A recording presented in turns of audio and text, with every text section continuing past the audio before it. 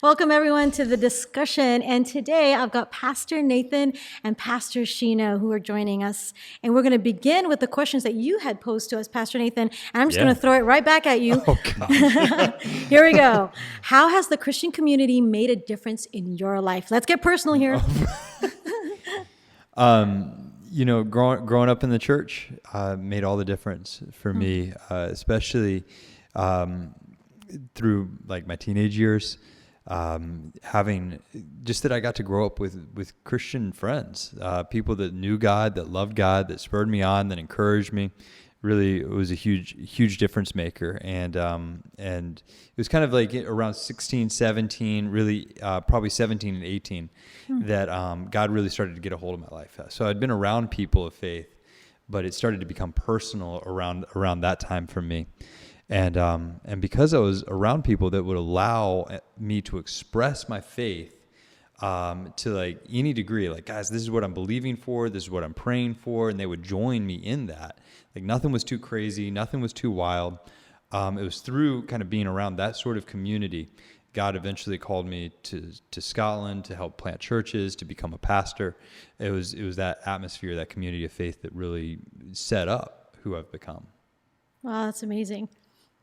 But when you were like in Scotland, with all that removed from you, how did that? So I got to reestablish that in Scotland. That's very true.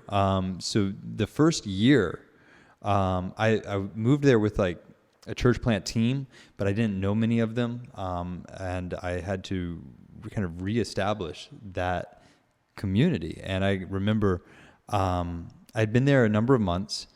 As a student, as a study abroad student, I was in my late year of the 20th year. What is that? Like, anyway, I was almost 21.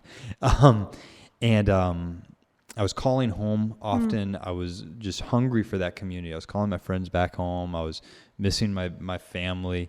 And God, I remember him speaking to me, and he said, like, let your heart move here. And so I had the Facebook, I think it was back then, and my phone that kind of connected to the U.S. I basically stopped calling. I said, whoever calls me. I turned off my social media at the time, just shut all that down, and it was me and God. And I went through a kind of a season of loneliness, of stillness, and then went through the winter and into the spring of that year. And started to meet my first friend, who was a British local person, and he came to know the Lord. We did outreaches together, did just incredible like adventures together, and again adventured in God together. So it was it had to be reestablished in that place. So you created that kind of atmosphere in that community. You were able to build that from what you had learned and experienced back home. That's amazing. Yeah. Pastor Shino, what about you? The Christian community is really, it's been very important, especially over the years, even here recently. Just an understanding the importance of fellowship, the importance of doing life together. Sometimes you grow up in families that's not a big deal. You don't understand the value of spending time and hanging out and going places and doing things. But I know the church has really taught that and encouraged that, and you see the life of that. And I remember just a difficult time, probably back in 2014, if I had not built that way, I probably wouldn't be talking to you guys right now, because it's the dark moments when Christian community really is important. The time to really speak to people, open your heart, share things you normally wouldn't share. But the good thing is everybody's pushing you back to Christ. And you really need a community of brothers and sisters that will encourage you to do the right thing when you want to do wrong, and vice versa. Yes. And so it's just the Christian community is very, very important. And, you don't want to, sometimes you can get the world's information. And just like Pastor Nathan is saying, they can encourage you to do the wrong thing. But sometimes in the Christian community, I shouldn't say sometimes, most of the time in the Christian community, they're going to encourage you to do the right thing. I agree with you. I felt that the Christian community, for me, there was no other group of people that cared so much about me. I mean, you've got your regular friends, but for some unexplained reason, these Christian people, when I came to know Christ, they genuinely cared and called, wanted to meet with me. It was such an important time in my life as well. So I agree with you both. I've got another question for you guys. What coping mechanism are you most prone to? And a follow-up question to that is, are you more likely to numb out or overachieve? Maybe we can start with you again, Pastor Nathan. I like passing this. I'm probably prone to numbing out. I like to, but and then there's also seasons that I overachieve. I probably oscillate between the two, and it's really finding that line of faith in between. So like, man, I mean, like Netflix and cookies call, like that is real. In moments of like high stress, high intensity, like it's just like Netflix is just like, yo, you could just forget about everything. Come and just turn me on. Or the cookies, or just carb loading, at like 10 o'clock at night. Like, when I moved to New York, like you could see it on my waistline. I put on about 20 pounds when I moved here. I overworked, and then I overate, and then, just like all of those unhealthy those things. But like, I believe that God calls us to faith, not to either of those extremes of either overworking, overachieving. I'm going to fight my own way out of this moment, or just, I'm going to numb my way. So yeah, which am I prone to? Both. Yeah. I'd have to say the same, because like, there's moments where you feel like, man, I do need to like the word we use is grind. I mean, I just got to make it happen. Yes. And no matter what, I'm going to do it. And if it means staying up late, if it means rising early, but what happens is then all of a sudden you tank out. Yes. And then you pass out, and then next thing you know, you're numbed out, and when you hit that numb spot, you're just trying to find anything to fill that void, or to try to help you cope and to get through the circumstance or situations that you're dealing with at the time. And so Pastor Nathan's right. It is a balance. You got to find it in between, where it's okay to go have fun. It's okay to go get the R&R and relax, but you don't want to overcompensate, and to the point where you just check out and you don't care anymore. And then the other part is like, man, you can overwork, and when you overwork, sometimes you can miss out on the smallest things. And that's leading into the next question. I don't want to get too far ahead of myself, but it's just, you can just work so much where you just don't enjoy life anymore. I think that like what is so important is like spiritual disciplines. Like, this is what my day is going to look like, whether it's a good day or a bad day. I will get my time with God. And it's that those priorities, that knowing where our strength comes from, knowing what our priority is up front, and we make it so we habitize our priorities. We live those out. And that is also the importance of like memorizing scripture, that we have a preloaded confession of faith. When the pressure hits, it's already loaded. I already know what I'm going to say. Those who wait on the Lord, we're going to renew our strength. I will mount up on wings like eagles. I will run and not grow. We've got that loaded in us, so that's our automatic response.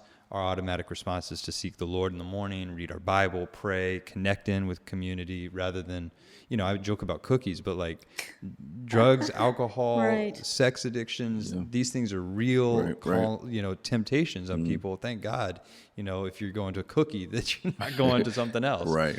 But it's it's those other habits that keep us from going to darker places. So true. Yeah, I think for me, it's the worship, the prayer.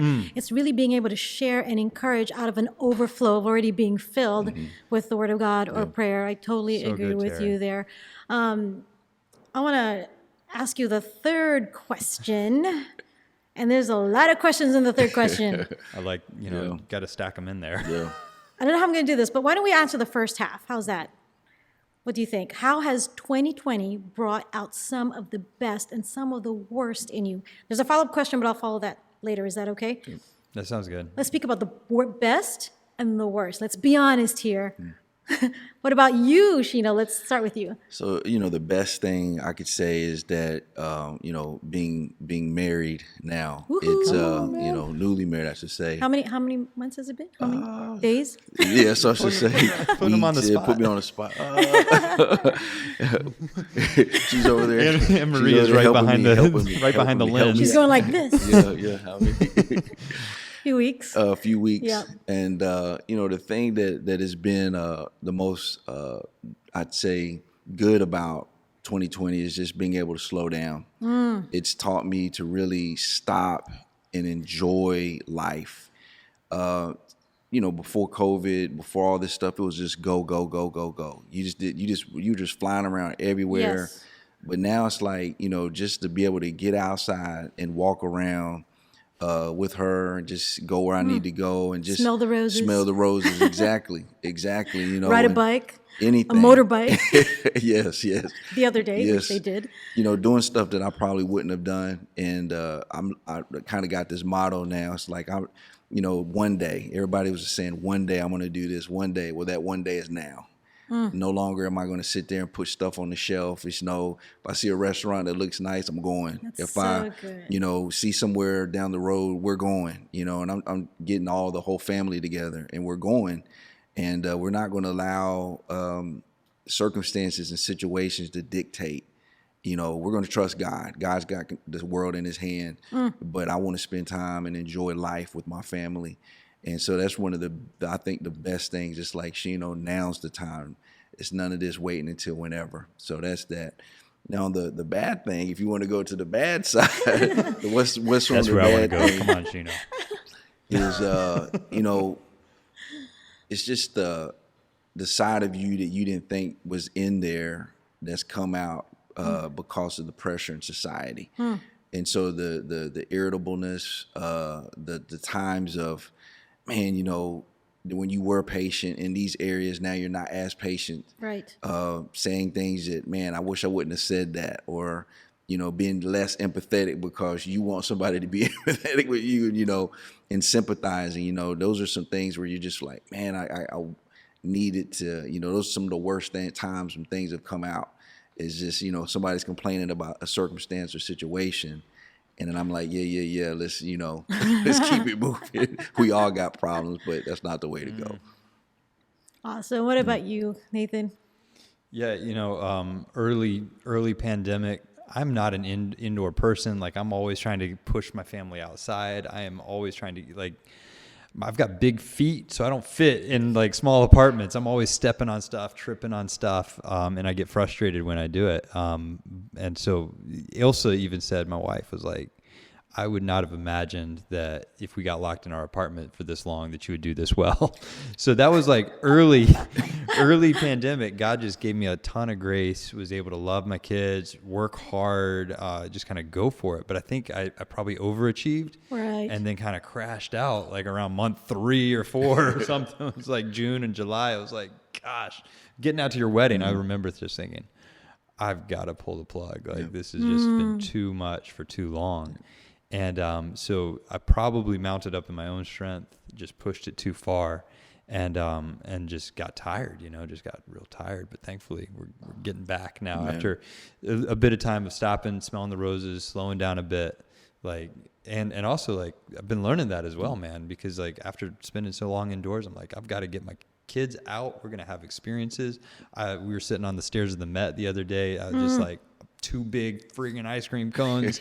Here you go, kid. And they were just take they all were the loving sugar. it. That's not something I would normally do for them, but it's just time to live. It's time to get out and have some fun. Stop waiting for someday. That's right. So yeah, it's been certainly 2020 has been some of the best times. Definitely some of the worst. Definitely some of the worst as we grieve, as we mourn.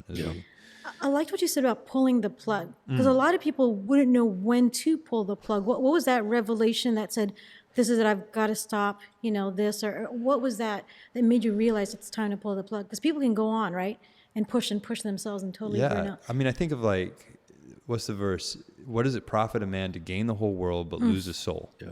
And I'm my family is more important than the ministry. So true. Man. I love this church, but my family, my relationship with God, and then my relationship with my kids and my wife come first. Yeah. I don't want my kids growing up around a grumpy pastor that's modeling Christ wrong, that's angry at them because of whatever. And so I started to find a lack of grace in my life for my family, for my friends, for the church, for the ministry, just grumpiness. I'm like, this is not the way to live. This is not the way to pastor. So yeah, got away for a bit. Went to Pastor Shino's wedding. Got some time with my family this summer, and we're working on recharging and also getting those daily rhythms we were talking about earlier. That's making sure so you keep those things as well. Good. That's good. I think even for me, I guess some of the best things is I got to learn new skills, right? Teri, you've been awesome. Yes, I mean, look at this. Yeah. Look at this. Look at this. I got to know how to be a camera woman. I got to know a lot about sound with the training of Assad, our amazing videographer. So there's a lot of skills that I learned in this season, but at the same time, I would say some of the worst is not knowing my boundaries. So like you, I just kept on going on and on to the point where it does affect the relationships, whether it be with Bruce or family or with friends. So it was also a revelation as well when I took the vacation in San Francisco, your wedding, like, oh, I could actually stop and smell the roses and just take things easy. And we can actually, take time to halt for a bit and stop the work. And it'll continue. Ministry work never runs out. It's just really finding the time to, spend time with the people that you love at the right time and make sure you treasure those moments. And then we can get back to work. And also finding a good schedule. We've got a good system in place, so now it's working all good. We care about you, Teri. We know that you can work so hard. But it's good. We got our systems in place, which is great. And our last question, I'm not sure if you answered this or maybe you can add to this. How might refraining this moment, I hope I'm saying it right, how might refraining this moment as a growth moment? Is it reframing? Yeah, I think I that's may what have you written said. it wrong. It's probably my fault. My spelling's not always the best. Sorry. How would you say it then, Pastor Nathan? Reframing? Yeah. Like how can we reframe this moment? Yeah, this moment as a growth moment, right? That would cause you to live differently. I think it's like living out of lack versus abundance. It's good. If this moment is God is working for my good, then this moment is not ending in my death, but in my growth. Yeah. And so I have more to give if God is in charge. I've got more to give to my family, to the church, to the ministry. So good. That God is working something out of me, and some bad stuff is coming out of me, some good stuff is coming into me. And it gives me life and hope for tomorrow, as opposed to 2020 is just out to kill me. Yeah. And I've got to fight for my right, and I've got to make my voice be heard and make sure that I get my time off, as opposed to Teri getting her time off. That's not a positive way of thinking. Right. That's not a life-giving. But I know that our brains can go there, because when Teri's not working, I'm working. But instead it's like, all right, God is working something out of me. God is working something into me. He's a God of abundance. He's got more than enough, and He's going to take care of me. So that it brings us faith. It brings us hope, to grow, to give, to not be looking over our shoulders and wanting something else. Yeah. That's good. What about you, Shino? Yeah. It's similar to what Pastor Nathan's saying. It's being content. A lot of times, we're always, we need this, we want that, got to have this, got to have that. But this situation has taught us to be content and be full of joy and be thankful for what we have. Thankful for our wives, our husbands, our children, our jobs. It's just caused you to really slow down and realize how blessed we really are as people. And that's the one thing that's kept me moving forward, is that I'm blessed. And if it goes down, if it ends, things get worse than what they are, then you know what? I can lay my head down in peace, knowing that I did all that I could do while I was here. But I do believe that He is doing some other things, not just in us, but He's also doing some other things in people around us as well, because people are watching us as Christians. They're watching us. And that's what is always on my mind. It's like, man, people, my neighbors, how, you preached a good message. You preached a lot. You shown a lot. You spoke a lot up until this point. But now they're getting ready. They're seeing the real. And now let's see if you're the Christian you say you are. Right. With social justices, with, all the stuff that's going on in society. Let's see how real you are now, because this is the pressure that across the board everybody's getting. It doesn't matter, rich, poor, whatever ethnicity, everybody's experiencing the same type of pressure.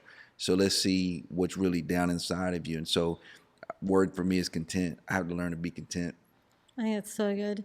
I think for me, the whole pandemic lockdown season was one that shook me, and I probably could have freaked out, and I probably did freak out. But I like to think the next go around I won't freak out, because this is probably the worst thing I've probably gone through. But that I would value relationships more than ever, more than the busyness, more than the boundaries, of not being able to find those boundaries. I think it boils down to the people I love, spending time with them, and it was during the season that I got more closer to my family because of Zoom. We would Zoom every month or every week. We would Zoom with Bruce's family and my family. So even that relational aspect was, imagine we're in different countries, but we grew closer in the season. My worship team, we do the once a week Thursday calls. So relationships were actually built even more in this season. So I'm truly grateful for that. I mean, even as a staff, right? Yeah. We did those weekly Zoom calls. Yeah. Relationally, I like to think we got closer and better. We went through some stuff, we for did. sure. Yeah. We did. We did. And with that said, it was a great season, though, right? And we're looking forward to the end of it. But we're also hopeful, right? Right. hopeful we are. Yes. And with that said, I think we're done with the discussion. And thank you so much for participating. Thank you, Teri. Thank you so much for being with us. And for those of you who are out there listening in, we want you to reflect on these questions and how it has impacted you as well. Think about it throughout the week, ponder about it, and hopefully you'll have a revelation of what really matters to you most. And we are so glad you're with us. God bless, and see you again next week.